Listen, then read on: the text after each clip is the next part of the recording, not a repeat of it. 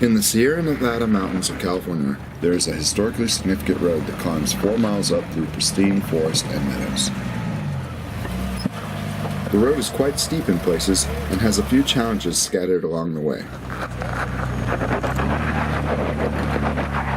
At the summit, there is a unique piece of railroad history that is surrounded by phenomenal mountain views.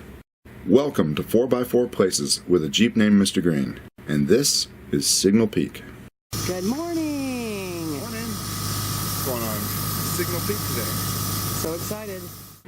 This trail is in the Tahoe National Forest, about 24 miles west of Truckee, California, off of Interstate 80. To get to the start of Signal Peak, exit at Eagle Lakes Road and turn north. Turn right just past Indian Springs Campground onto a dirt road that leads to the OHV staging area. The trail starts immediately from the staging area and climbs to the top of Signal Peak. The trailhead is clearly marked with this sign. The adventure begins. The steady uphill climb starts with chunky, loose rocks that remind you that you should shift into four-wheel drive. The rocky section at the beginning lasts for the first 3/4 of a mile, then the trail becomes primarily dirt with scattered rocks. Adequately capturing hill climbs on video can be difficult because angling the camera up or down tends to match the road angle and makes it look flat.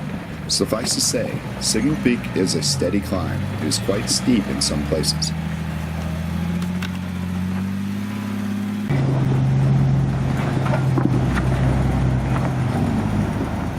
The most challenging obstacle on this trail is optional, but the 2 or 3 places like this are not.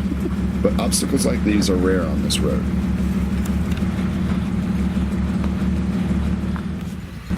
The crown jewel of rock crawling on this trail is 1.3 miles from the trailhead sign. On the right side of the trail is an optional hill climb with a variety of paths to choose from.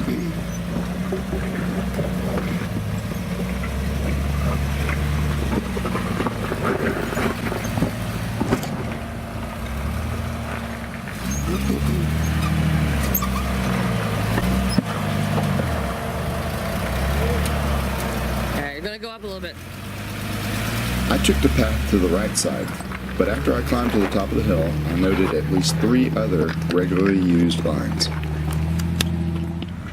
Large rock, trying to go with them.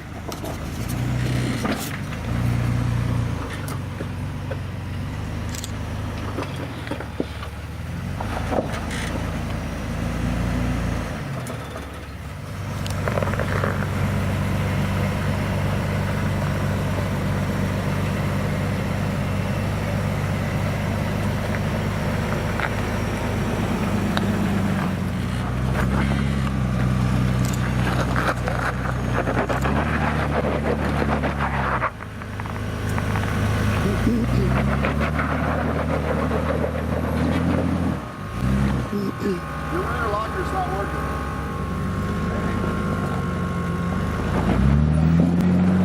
Woo! There you go. Woo!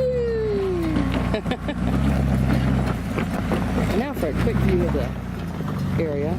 Back on the main trail, the road becomes lush with trees and meadows for a short distance.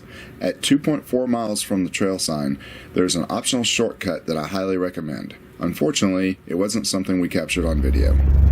Soon after, the road begins to open up and you will know you are nearing your destination when you can catch views of the antenna array at the top of Signal Peak. We made it to the top of Signal Peak. The parking area at the peak is about 7,800 feet in elevation. In 4 miles, we climbed 2,300 feet. On average, that is an 11% grade. Now for the historical part about this road. Take the 1/4 mile walk along this ridge to find a unique structure. You can see the road that you came up on and impressive views in every direction along the walk. You can get a 4x4 vehicle down this road, but there is only room for 1 or 2 vehicles at the end. This amazing cabin was built by the railroad as a fire watch station, but the watchmen weren't looking for forest fires. The cabin has a commanding view of 26 miles of railroad track, along which there are multiple snow sheds over the railroad. These kept the snow from sliding down the mountainsides and covering the tracks in winter. The watchmen were looking for fires in these wooden sheds. The snow sheds were susceptible to fires from sparks created by the steam locomotives. In 1866, the Central Pacific Railroad started laying tracks in Donner Pass.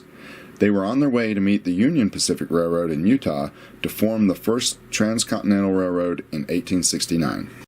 In 1877, a watchman was stationed on Signal Peak to watch for snow shed fires, and it was continually manned for decades. The Southern Pacific Railroad purchased the Central Pacific Railroad in 1899. They continued the use of watchmen, and in 1909 built this durable watch station. It was occupied until 1935. The return trip can be back down the way you came, or you can take the 7-mile easy dirt road through Fordyce Summit and back down to Interstate 80. This path comes out on Cisco Road, one exit east of Eagle Lakes Road on I-80. With no incidents or breakdowns, this is about a half-day trip in total. So what are your favorite 4x4 places? Please leave a comment and let me know. If you enjoyed this tour, please subscribe.